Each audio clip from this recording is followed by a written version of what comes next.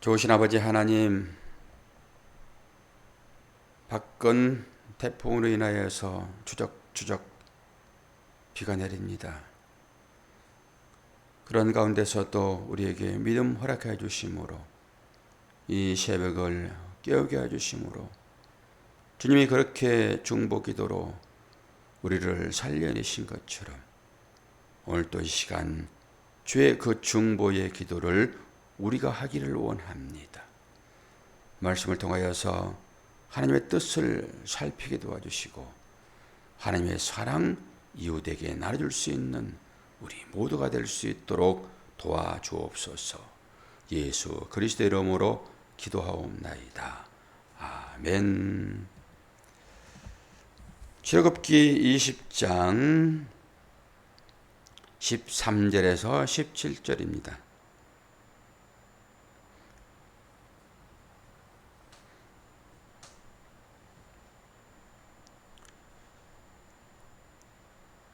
살인하지 말라, 간음하지 말라, 도둑질하지 말라, 내 이웃에 대하여 거짓 증거하지 말라, 내 이웃의 집을 탐내지 말라, 내 이웃의 아내나 그의 남종이나 그의 여종이나 그의 소나 그의 나무나 무릇 내 이웃의 소유를 탐내지 말라. 아멘. 오늘 10계명을 받다 세 번째 시간입니다. 산상수훈을 통해서 말씀을 이 본문의 말씀을 풀겠다고 말씀을 했기 때문에 산상수훈으로 넘어갑니다. 산상수훈은 마태복음 5장, 6장, 7장 있죠. 오늘 5장 말씀으로 이 말씀을 풀고자 합니다. 마태복음 5장 찾으시길 바랍니다.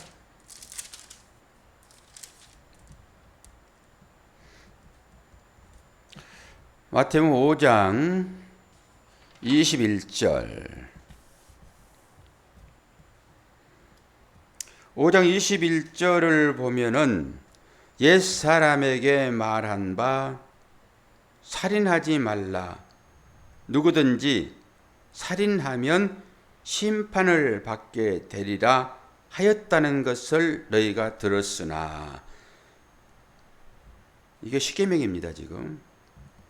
그런데 예수께서는 어떻게 얘기하는지를 볼까요? 예수님께서 이 산에 올라가셔서 이 말씀을 제자들에게 지금 풀어주고 있습니다.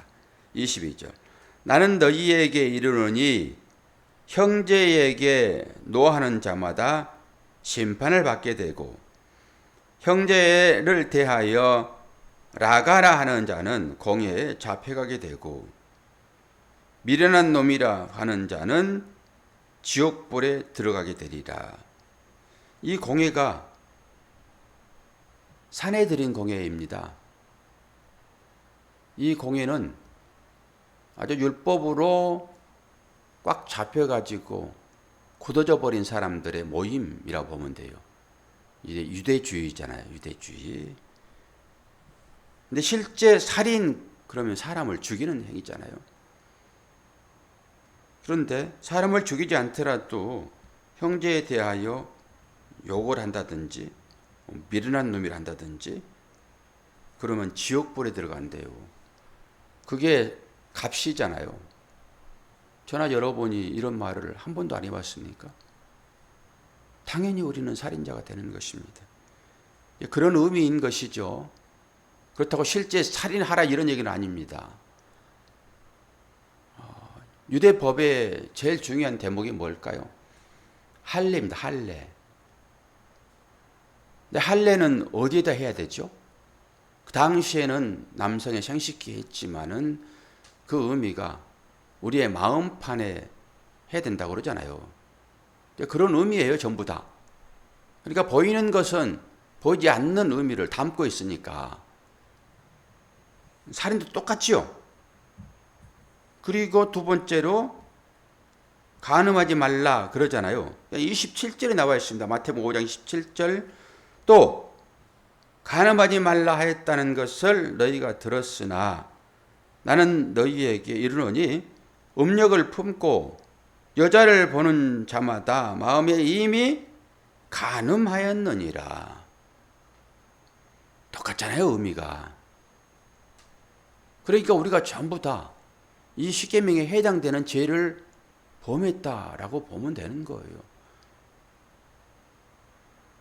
100가지 중에서 99가지를 지키고 한 가지만은 범해도 율법은 다 범한 거라고 주께서 말씀하시잖아요. 그런 의미인 거예요.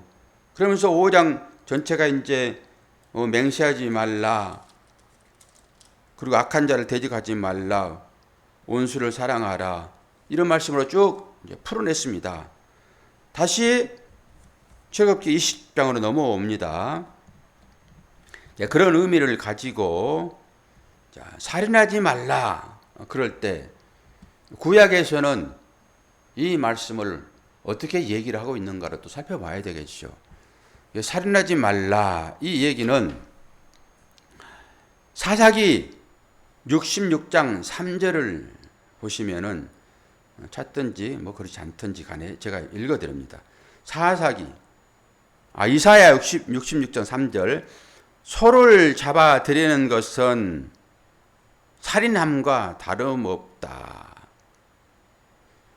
소를 잡아 들이는 것은 살인하는 것과 같대요. 그러면 소 잡는 행위가 뭡니까? 제사 드리는 행위예요. 살인하지 말라, 이 얘기는 희생제사 드리지 말라, 이런 행위죠. 단순히 그냥 사람을 죽이고 말고 하는 것이 아니라 희생제사 드리지 말아라. 그럼 왜 희생제사를 드리지 말라고 그럴까요? 우리는 복음을 가지고 있잖아요. 복음은 뭡니까? 이 율법이 담고 있는 뜻이 무엇인가를 깨달아 아는 것이 복음인 것입니다. 이 율법을 통해서 우리는 누구를 깨달았습니까? 당연히 예수 그리스도를 보았잖아요. 당연히 복음을 갖고 있는 사람들 되었습니다. 살인하지 말라, 그 자체는 희생제사 드리지 말아라, 이런 얘기인데 희생제사는 예전에 죄를 없이 하려고 하나님께서 제사의 방법을 알려주신 것이잖아요.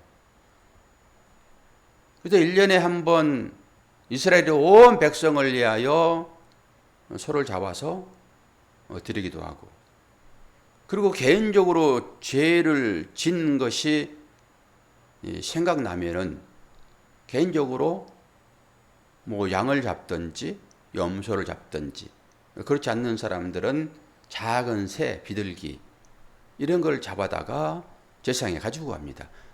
그것도 안 되는 사람은 소제, 즉 곡물을 가지고 와서 제사를 드리잖아요. 뭡니까? 죄를 없이 하는 것으로 짐승이 잡아 죽는 거잖아요. 그게 희생제사입니다. 누군가 희생돼야지만이 문제가 해결되어지잖아요.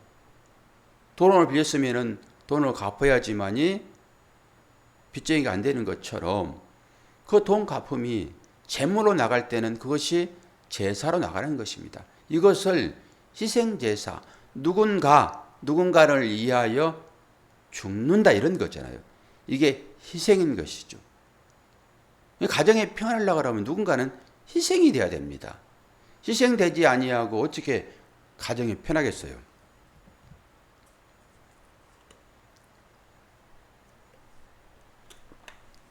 그런 의미로 희생제사인 것입니다. 그러면 이 희생제사의 끝은 무엇입니까? 당연히 예수 그리스도가 마지막 제물 되어서 모든 제사를 완료하셨잖아요. 예수님의 희생으로 우리가 구원받는 것입니다. 그런 의미로 희생제사지요.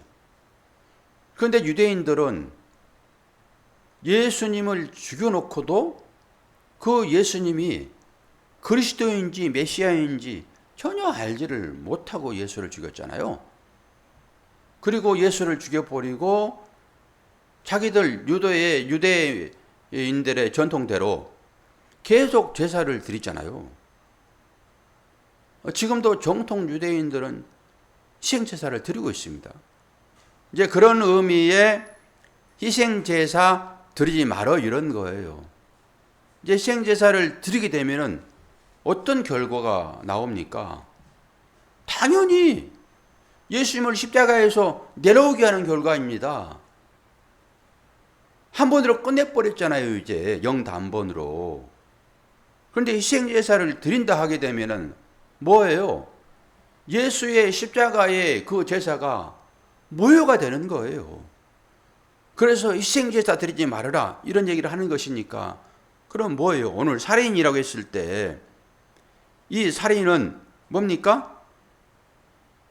서로를 잡아들이는 것이 살인이다, 같다 이렇게 얘기했으니까 당연히 희생제사를 계속 드리는 하나님의 백성들아, 너희들이 그러한 방법으로 구약에 소나 양이나 비둘기나 이런 식으로 제사를 예배를 드리면은 똑같이 그것이 살인하는 거야.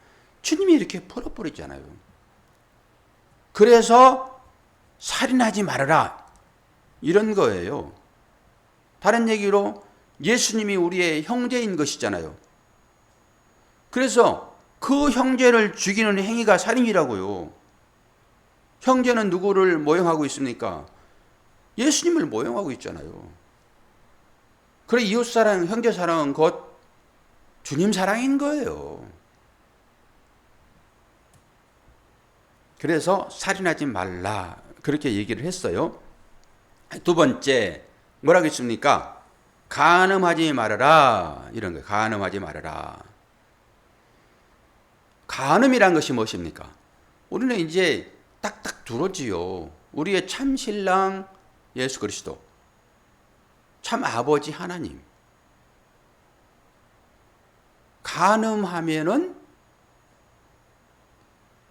헤어지게 되잖아요. 이혼하게 되잖아요. 그러니까 이혼 증서란 말이 나오는 거예요. 마태복음에서. 이혼 증서를 써주고 네가 이혼해라.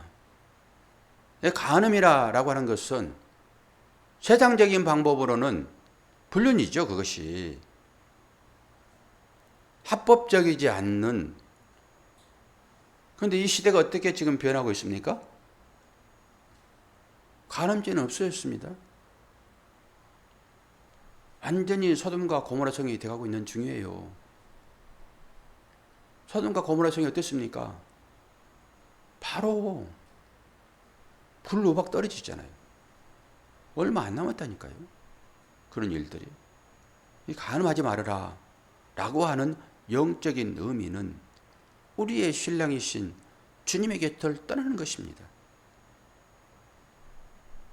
주님을 신랑 삼아서 살아야 되잖아요. 말씀을 지키며 그 말씀 가운데서 살아야 할 하나님의 사람들이 그 신랑 외에, 신랑을 떠나서 나는 살아요 그런 사람 없을 것입니다. 그럼에도 불구하고 여기에 나오는 이 말은 세상 쫓아가 살아가는 사람들의 형태를 얘기하는 거예요. 그것을 간음하지 말아라. 당연히 그렇게 하게 되면은 하나님과 사이가 멀어져 버리죠. 이것이 이혼인 것이잖아요. 그거 하지 말아라 라고 하는 거예요. 지금 간음하지 말아라 라고 하는 것은.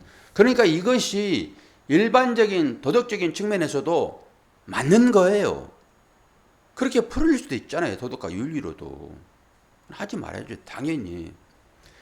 그러면은 이 말이 품고 있는 영적인 의미는 뭐예요? 율법을 열심히 행하는 것입니다. 율법을 사랑하는 거라니까요. 율법의 행위를 하는 이유는 뭐예요? 하나님 나 이뻐요 이런 거잖아요. 그래도 이쁘다. 뭐 하나 좀 좋은 거 하나 주실래요? 이런 거죠 당연히. 그러니까 우리가 새벽을 깨우든지 열심히 예배를 드리든지 라고 하는 것이 하나님 이렇게 하면 저 이쁘지요? 어떤 복을 주실 거예요? 아니, 복이라고 하는 것은 생명인데, 생명 내가 너에게 주지 않았니, 지금? 이 구원받은 사실인 것이고, 이러한 사실이 감사하여 하나님 앞에 나와서 예배드리고 찬양하고 구제하고 헌금하고 이 모든 것을 자연적으로 행하는 거잖아요, 이것은요. 그런데 복받기 위하여 하는 이 모든 행위를 뭐라고 그런다고요? 간음이다 그런다고요. 그럼 우리는 지금 하나님 앞에서 어떻게 나오고 있나 자신을 살펴보면 되는 거예요. 율법과 연관되어 있잖아요. 율법을 남편으로 삼는 거예요, 그게. 혹여나 권사님도 잘 살펴보세요. 내가 지금 이 율법에 했던 행위를 통해 가지고 하나님 앞에 간음죄를 짓고 있지 않는가. 어디 나가가지고 일반적으로 보여주는 아주 준수한 어떤 청년 이런 거 아니란 말이에요. 성경이 말하는 것은. 네, 간음하지 말아라. 그렇죠. 그리고 도둑질하지 말아라. 지금 5계명의 지금 세 번째잖아요. 이쪽 5계명 이제 끝냈고 도둑질하지 말아라. 예레미야서 23장 30절 찾으세요. 이것은 여러분들이 주로 보지 않는 말씀이니까. 예레미야 23장 30절.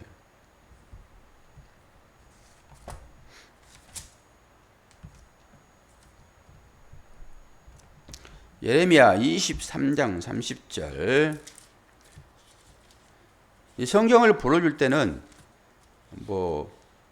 책을 외우지 말고요. 뒤에 불러준 장절을 외우세요. 그래야지 빠릅니다. 예레미야 23장 30절. 그래 잊어버렸잖아요. 책 찾다 보면은 장수를 잊어버려요. 예레미야 23장 30절. 뭐라고 되어 있습니까? 같이 읽을까요? 시작. 여호와의 말씀이라. 그러므로 보라, 서로 내 말을 도둑질하는 선자들을 내가 치리라. 뭘 얘기합니까 지금? 우리는 도적. 그러면 일상에서 뭔가 남의 것을 훔치는 그게 이제 강도의 행위잖아요. 그 강도의 행위는 뭐예요? 강도는 주인에게 물어보지 않고 그냥 가져가라는 거예요. 똑같아요. 도둑질도 주인이 허락하지 않는 것을 가져가서 나의 유익을 챙기는 거잖아요. 뭐 홍길동처럼 여기서 훔쳐가지고 다른 사람 주고 이런 건 아니잖아요. 도둑질. 남의 것을 그 주인에게 물어보지도 않고 내가 나의 유익을 위하여 가져가는 것. 이게 도둑질이라고요 지금. 이것이 강도예요. 그래서 주님께서 성전 정화하실 때 내 아버지 집을 강도의 고혈로 만들지 말라. 그렇게 얘기를 하는 거예요. 강도 도둑이죠. 근데 지금 이 예레미야서는 뭐라고 얘기를 하고 있어요? 내 말을 도둑질하는 그러잖아요, 지금. 말 도둑이 말 도둑. 그러면서 그 다음에 거짓 증거하지 마라 그러지요. 거짓 증거. 이게 살인하지 말라. 이 의미가 이제 분별되었지요. 이건 희생제사 계속 드리지 말어. 도륙하지 말어. 손잡고 그러지 말어. 그건 살인이야. 그것은 뭐예요? 예수께서 제사를 끝냈는데 그래서 우리가 그걸로 구원의 완성으로 나왔는데 다시 그 똑같은 행위를 하는 그 자체를 살인이라고 얘기를 해요. 손잡는 행위. 이제 이해가 됐지요? 그리고 간음. 이것은 우리가 도덕적인, 윤리적인 그런 측면에서 불법적인 어떤 성행위, 이것이 실제적인 간음이잖아요. 우리가 생각하는 거, 그거. 남편이 아닌 다른. 그런데 성경에서는 참 신랑을 누구라고 얘기해요? 예수님이요. 그 예수님과 함께 살지 아니하고 세상 마귀 사탄 그것들이 주는 그 지업 열매 그런 것들로 배를 채우고자 하는, 배는 뭡니까? 자기의 마음의 행복 아니에요. 그게 주님 한 분으로 만족하지 아니하고 여기 저기 찔뻑찔뻑 여기에 행복이 있을까? 저기에 행복이 있을까? 그렇게 다니는 그런 사람들, 다른 얘기로 율법을 열심히 준행하는 자들, 이 유대주의요, 제사장들, 그 사람들이 간음하는 행위라고요. 설명 들었지요? 살인하지 마, 간음하지 마, 도둑질하지 마. 도둑질은 뭐지요? 주인의 허락도 없이 내 유익을 위하여 뺏어와가지고 살아가는 것, 말씀 도둑이죠, 당연히. 말씀의 주인은 누구예요? 말씀의 주인은 누구예요? 예수님이, 예수님, 하나님. 하나님께서 이 말씀의 원뜻을 이렇게 정해놨는데 그 원뜻대로 이 말씀을 깨닫지 못하고 이 율법으로 보여주는, 겉으로 보여주는 그것을 가지고 행해버리는 거란 말이에요. 여러분들은 쉽게 다가오지 않을 수 있으나 그런 거라니까요. 일단은. 그러니까 살인하지 마, 간음하지 마, 도둑질하지 마. 이것을 내면이 품고 있는 그 진리로 깨닫지 못하고 이 보여지는 이 겉으로 그냥 전해버리면은 이것을 거짓말하는 거예요. 그걸 거짓말이라고 그런다니까요. 뭐 거짓말이라 그러니까 우리 일상생활에 우리가 뭐 해놓고 이렇게 시침이 뚝 떼고 이런 것이 아니라 하나님 말씀을 애국하여 선포해버리면 그것이 거짓말이 되는 거예요. 그것이 말 도둑되는 것이고요. 그것이 살인이고요. 그것이 간음이고. 그러니까 이 말씀을 통해 가지고 이 말씀이 품고 있는 진리가 뭐예요? 당연히 예수 그리스도잖아요. 이 말씀이 신랑 되신 예수 그리스도. 그 신랑 되신 예수 그리스도를 이 말씀을 통하여 깨달았냐? 그런데 그걸 깨닫지 못하고 이 말씀은 율법인데요. 율법은 이러이러해요. 그래서 이렇게 하면은 복을 받아요. 신명기처럼 그렇게 전해져 버리면은 이것을 거짓말하는 거라 그런다니까요. 단순히 우리가 도덕 윤리로 거짓말하지 마 이런 것이 아니란 말입니다. 그 다음에 마지막으로 내 이웃의 것을 탐내지 마라. 이게 마지막에 마태복음의 끝에 뭐로 나옵니까? 사랑으로 풀어내요. 사랑으로. 왜 이웃의 것을 탐내니? 이웃은 뭐라고요? 사랑해야 할 대상인 거예요. 이웃은. 그래서 거기에서 원수 얘기를 하는 것이고요. 원수. 그 원수가 옛날에는 어떻게 비유했냐 그러면은 주님은 원수를 사랑하라 그러잖아요. 마태복음에서. 근데 시편 이것도 찾으세요. 139편 이것만 하고 끝낼게요. 시편 139편 22절 뒷부분을 먼저 외우라고 그랬죠. 139편 22절 시편 139편 22절 이게 뭐라고 했습니까? 내가 그들을 심히 미워하니 그들은 나의 원수들이니이다. 이 원수를 미워하라고 그랬잖아요. 시편에서. 그런데 마태복음에 가면은 주께서 뭐라고 그래요? 원수를 사랑해라 그래요.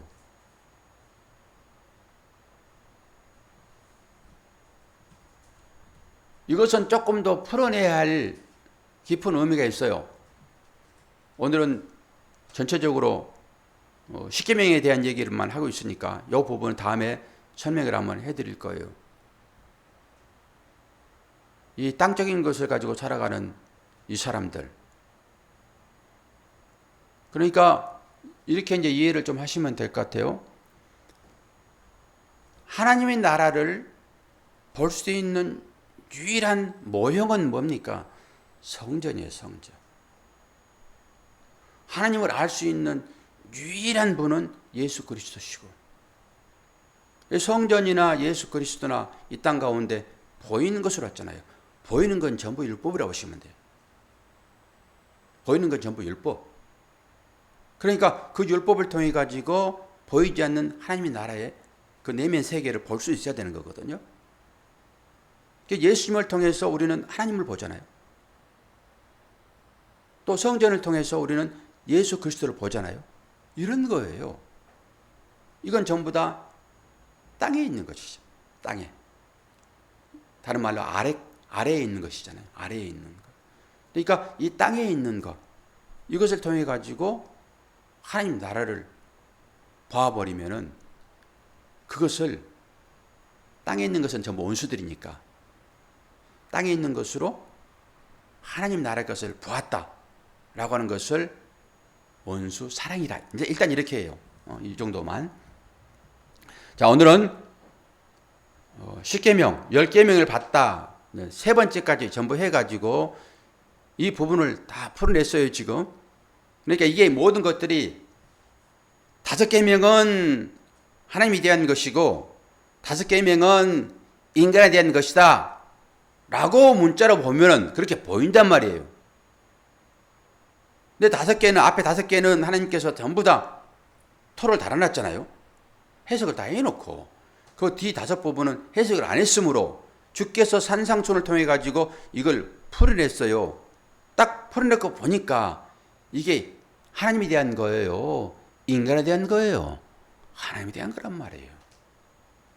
그러니까 성경학자들은 이 문자만 가지고 이것은 하나님에 대한 것이고 이것은 인간에 대한 것이야, 그리고 이것을 인간적으로 풀어냈으니까 당연히 그걸 그대로 전하고 듣고 이해하고 하는 사람들은 전부 다 거짓말을 주고받고 해가지고 마지막에 거짓말장이, 거짓 선지자가 지옥에 들어가는 것처럼, 똑같이 마귀에 꼬여가지고 마귀의 말을 듣고 선악과를 먹어서 죄를 지음으로 죽은 것처럼 당연히 이러한 사실들을 그대로 믿고 그대로 행해버리면은 이게 율법이니까 당연히 그 행위를 한 사람들은 이 거짓 선지자가, 거짓 선지자를 치겠다 했잖아요, 지금.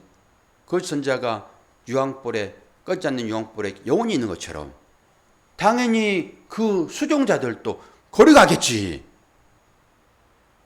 아, 나는 몰랐어요. 그때는 몰랐어요. 그리고 그때 가가지고 하소연을 한들 되겠냐고요. 바깥에서 쫓겨나가지고 이를 갈게 되어 있지. 누가 들으라고 그래요. 끝나버리는 것인데. 그러니까 이런 부분을 제대로 깨닫지 못하고 알지 못하면은, 어쨌든 간에 여러분들이 이 깊이를 잘 알지 못하도 이 말씀을 가지고 자꾸 예수로 보려고 하는 그런 시도를 하셔야 한단 말이에요. 말하면 예수님, 권사님처럼 설명하여 자세하게 풀어내지 못하더라도 이 말씀이 예수님이에요. 난 중간까지는 잘 모르겠어요. 무조건 예수님.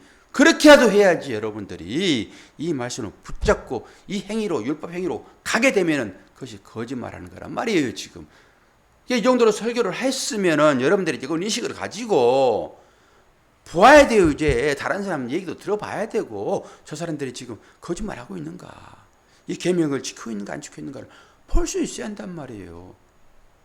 여러분들이 일을 하려고 그러면 공부도 하셔야 되고. 자, 그런 의미로서의 10계명을 받다. 오늘 끝내고 이제 넘어갈 거예요. 하나님의 그런 은혜 가운데 여러분들이 있기를 축원합니다. 기도하겠습니다. 좋으신 아버지 하나님, 아버지의 사랑과 은혜를 감사합니다. 귀가 있어도 듣지 못하고 눈이 있어도 보지 못하고 다리가 있어도 걷지 못하는 사람들이었기에 주님은 이 땅 가운데 오셔서 눈먼 자를 눈뜨게 하시고 귀 먹은 자를 듣게 하시고 못 걷는 자를 일으켜 세우시며 주님이 그렇게 사역하셨습니다. 그리고 완성하셨습니다. 우리가 그 가운데 있음을 믿고 감사합니다.